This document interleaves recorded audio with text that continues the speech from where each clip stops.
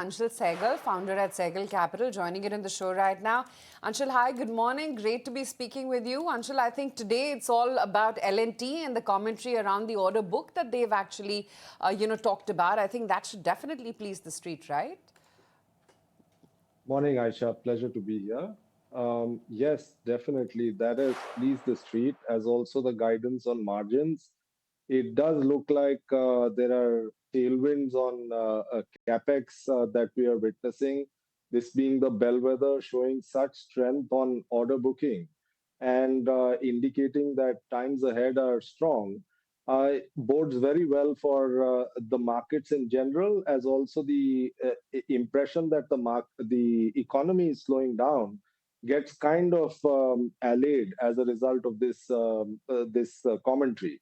So overall, a good print, and I think the markets should take succor from this.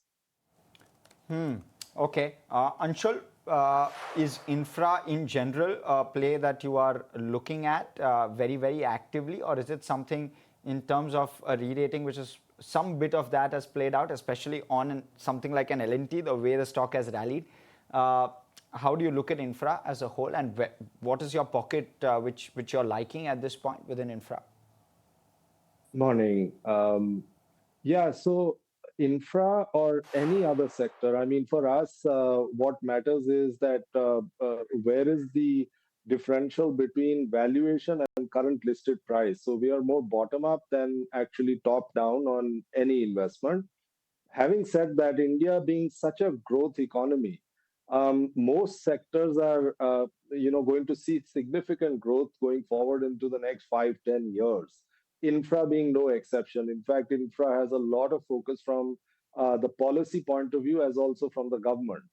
And as a result, this space is going to see tremendous growth. And there are obviously, as a result, significant pockets in this space which will witness tailwinds as a result. For instance, take the renewable energy space. Now, if you speak with companies in that space, while today, solar energy is the flavor of the times, but going forward, there are many moving parts and many other opportunities which are going to come into play. Green energy in general, green hydrogen, and then some people are talking in terms of methanol as a fuel going forward. All of these things offer tremendous opportunity. And then, if you move on the other side, look at some hard assets, ports, etc. There are tremendous opportunities in this space. And we do find that many companies are not getting valued to their true potential. And so there is opportunity in this space, and we are looking for bottom up opportunities in the infra space. Okay, some bottom-up opportunities within the infra space. But just looking at the market structure and metals, that's where the rally really seems to be powering ahead.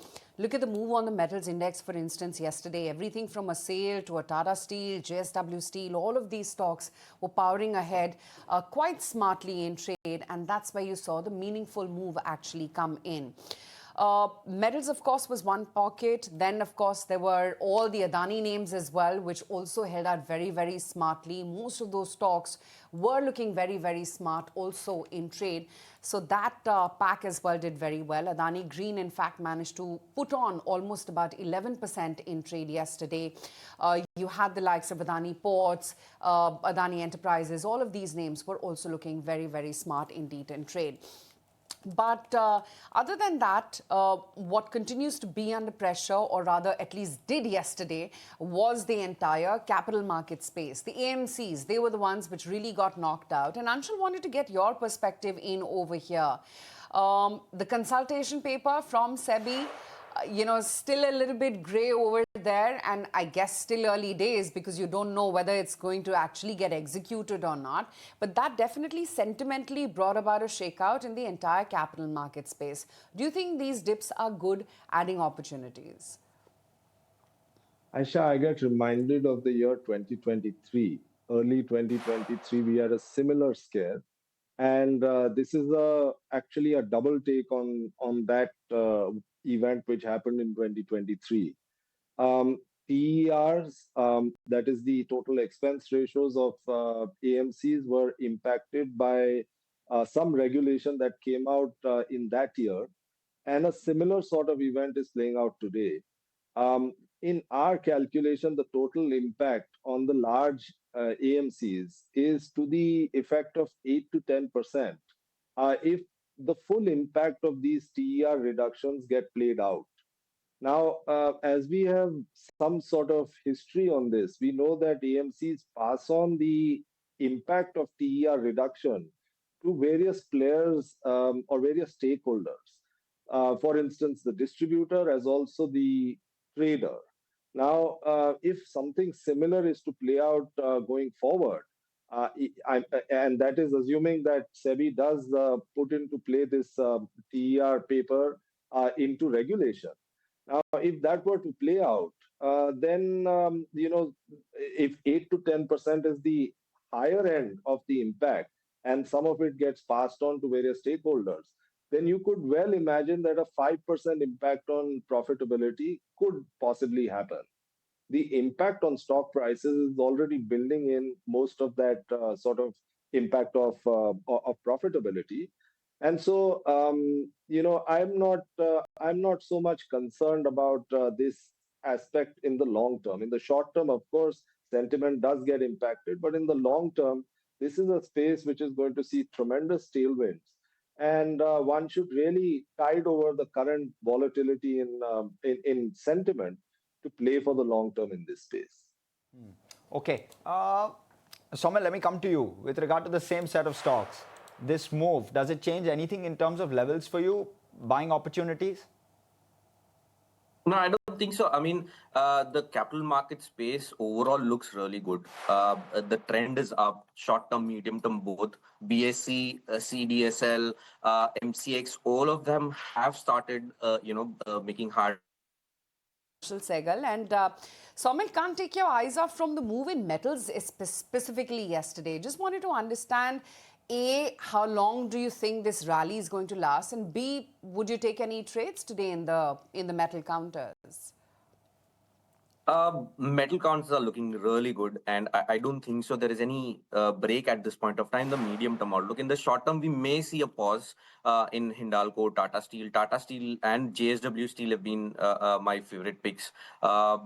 And for Tata Steel, I think the next targets would be not above 200, 220. And for Hindalco, I'll be expecting this rally to continue because it is already, rallied a lot. I'll be expecting a target of 900 levels, but I would not suggest a short-term trades in these stocks because the moves are very sharp. For Tata Steel, the support would be around 175, 170 levels. And for Hindalco, the support should be around 800, 820 levels. Okay. And Somil, AMCs, we missed your point there.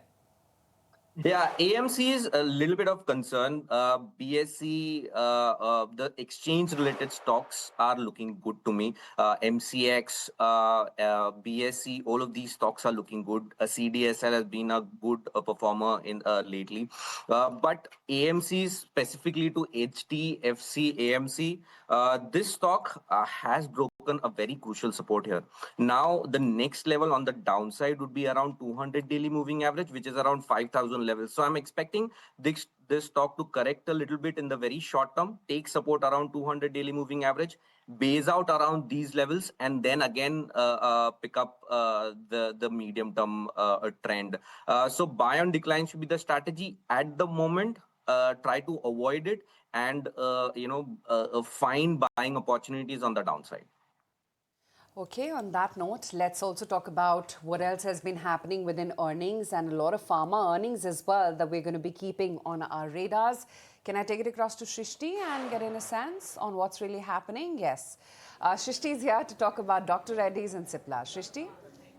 Well, yes. Firstly, let's start with Dr. Reddy's because today a major setback that has come in for Dr. Reddy's this time around, wherein analysts were actually hoping on to hear a positive outcome when it comes to semaglutide approval in Canada. And even in the last earnings call, after a dismal set, the stock did not correct, while the management did highlight that in the next couple of weeks, they are likely to hear out from the the Canada regulatory, and now here is the outcome on the negative side. It's a negative surprise indeed, as Dr. Reddy's has received a notice for non-compliance from health authorities for semaglutide generics, because it's been 1.5 years wherein Dr. Reddy's has put in their request for an approval. It was the first one to file for an approval, and that was expected to be a big opportunity and a growth trigger for Dr. Reddy's going ahead, because on the back of the announcements and the commentaries, analysts managed to make all these adjustments to the estimates, and they were pinning hopes to have at least $100 million of sales just from semaglutide opportunity in Canada. But now this particular notice for non-compliance that has come in, it actually gives a lot of these points wherein more clarity is required. One of the assumptions that they are making is that the kind of approval will be delayed for the next couple of months, which means that Dr. Reddy's could not be the first one to go ahead and have this approval. So first mover advantage won't be there anymore. Other than that, they need clarity, and when this particular approval will be there, what all more disclosures are required. So that is something that they are waiting to hear from. Nomura has come out with a note where they're saying that as of now, yes, of course, there's a limited clarity. They think that there's a low probability of receiving the approval before January 2026, and that can be now likely and pushed to March and June 2026. Now, this could really lead to a significant correction in the near-term earnings estimates that they have done, and specifically now they factor in global semaglutide sales of almost $111 million versus $168 million in FY27. So you can see it's that sort of a correction that they are making in their estimates. The overall earnings estimates have been revised downwards, and they're also lower their price target from 1650 to 1580 now. So that's a major setback news coming in on Dr. Reddy's. And what about Cipla? Shrishti, give us a sense. Q2, what should one pencil in? Well, with respect to Cipla, this time around a steady set that is expected, wherein we are getting to hear, or rather we will be watching out for the margin outlook specifically. 25% is what we are penciling in, and that could be just a modest correction from 26% that was reported in Q1, where the domestic sales are expected to be up 7% on a YY basis, but that will be partially hit due to all the GST announcements and the adjustments made there, and it is also expected to be hit by a lower sales in their gastro business. Now, the US lower G-Rev limit contribution is expected to hit their US sales overall. That's the similar case that we have seen in Dr. Reddy's as well. 3% sequential decline is what we are expecting in their US sales overall. EBITDA margins are also expected to decline on the back of increased R&D spend and the other expenses. All in all, with respect to profit, 1,332 crores is what we are expecting to see on that particular number. But along with that, apart from the numbers, we will be watching out for the progress on making inroads into the orthopedic segments. Along with that, what are some of the new launches that the company is planning, especially in the respiratory segment, is something that we will be watching out for. Lots to watch out for. That's Cipla as well as DRL, which is going to be in focus. But that said, Anshul, just wanted to get back to you. Good old Pharma. Anything that's looking interesting over there? Aisha, in pharma, there are many segments. One is, of course, the exporters out of India. Then there is pure play domestic plays. And then the most interesting segment is the CDMO segment. Why I say that is because if you look at the structure of that market, nearly 50 to 60% of that market is catered to by the Chinese manufacturers. And that constitutes nearly 150 to 160 billion dollars. Now, in comparison, Indian market is only about 4 or 5 billion dollars. Imagine a situation where a small amount of that Chinese market moves towards India. That is, India is able to, because of the geopolitical dynamics, get a larger share of the global CDMO market.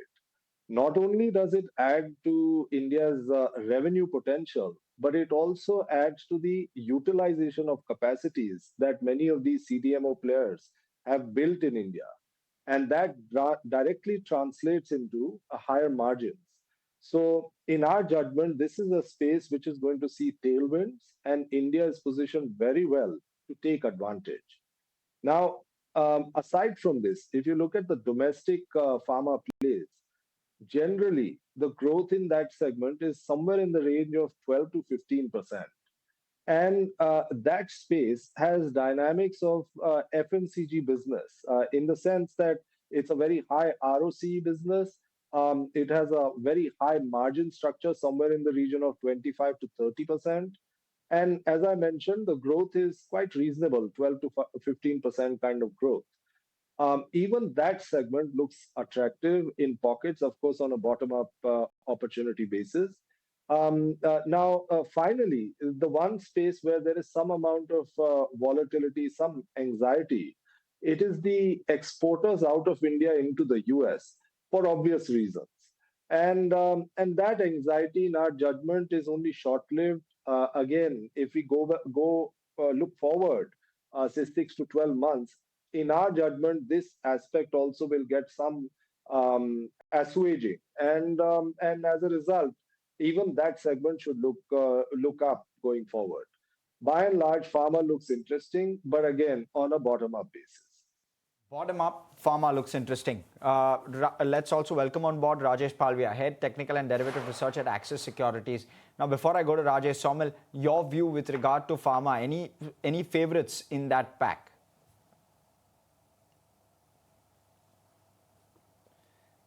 Somil, I believe you're on mute.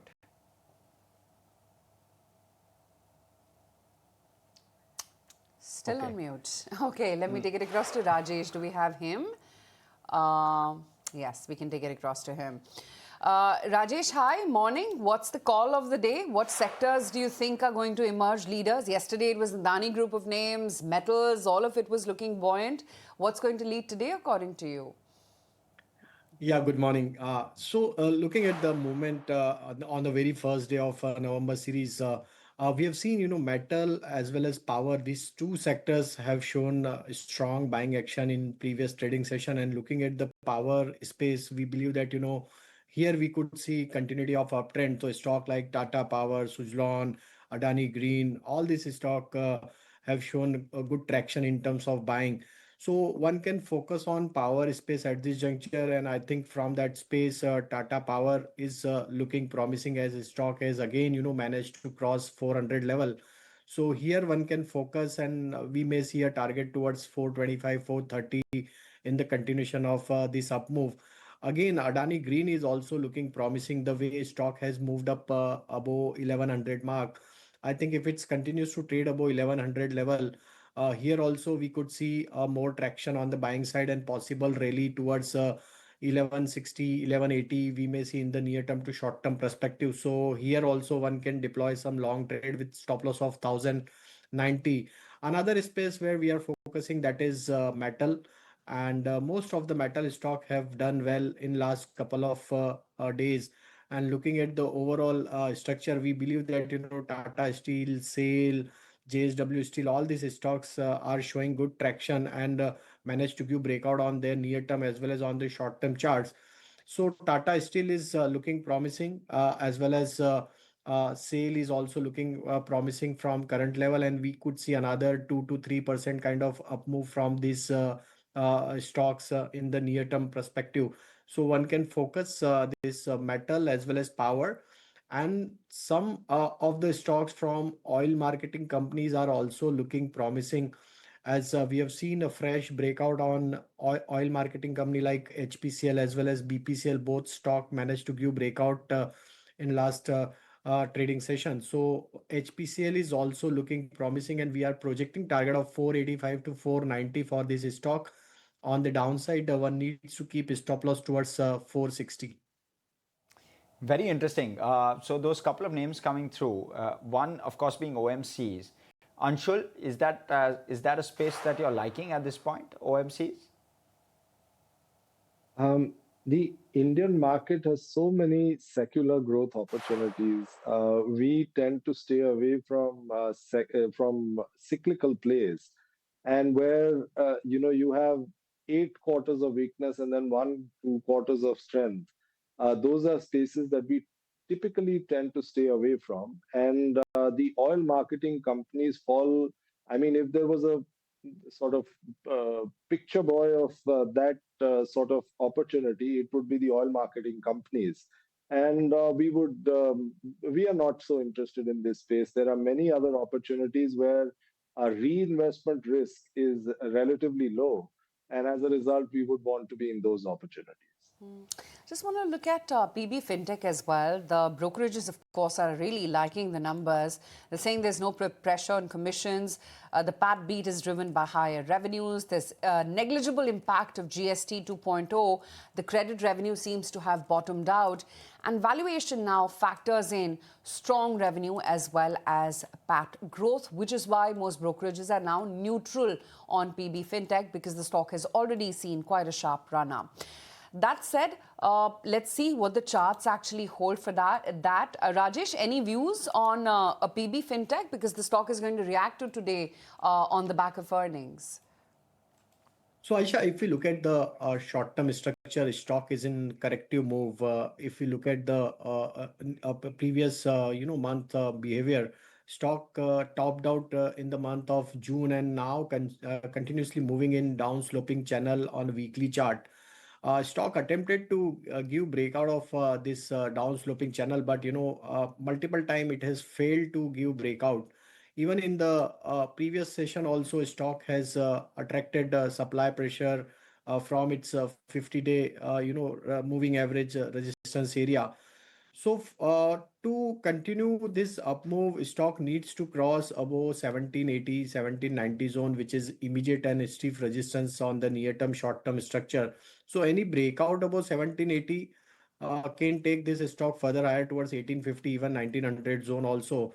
But till the time this breakout is not happening, I think we may see some more, consolidation in range of 1650 to 1780 would be the range for some more consolidation.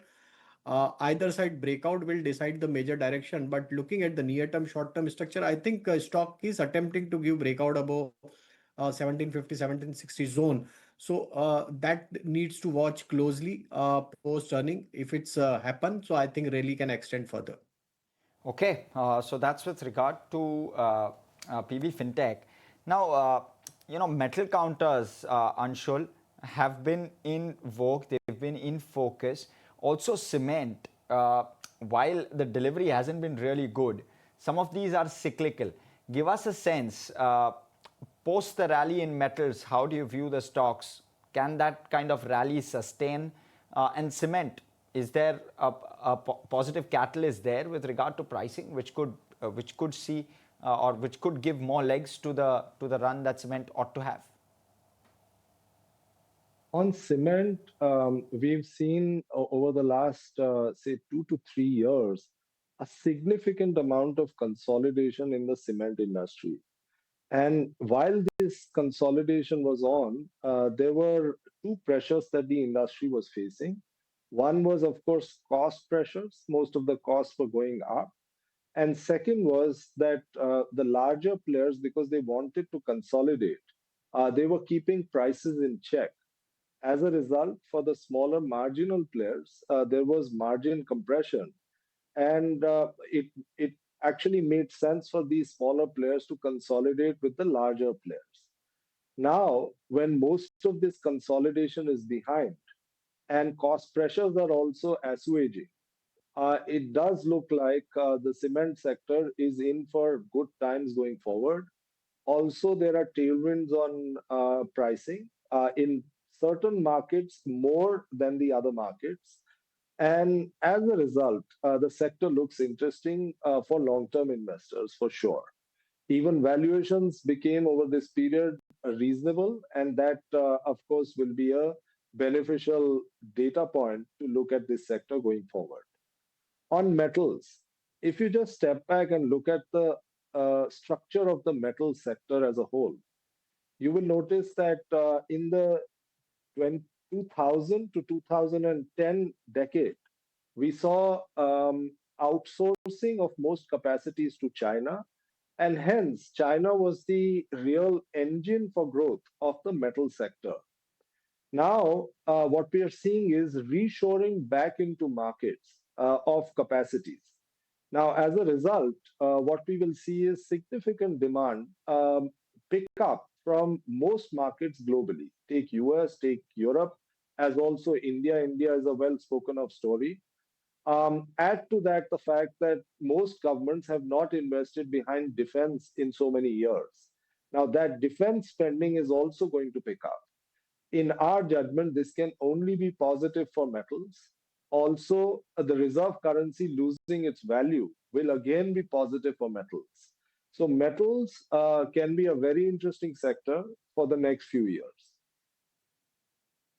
Right. Okay, Anshul, stay on with us. But let's just focus and, SEBI has given its conditional approval for Vedanta's demerger plans. Meanwhile, the NCLT bench will be reconstituted and Vedanta's application will now be heard on November 12th. My colleague Anjali Palod is here with all the details on what we can expect.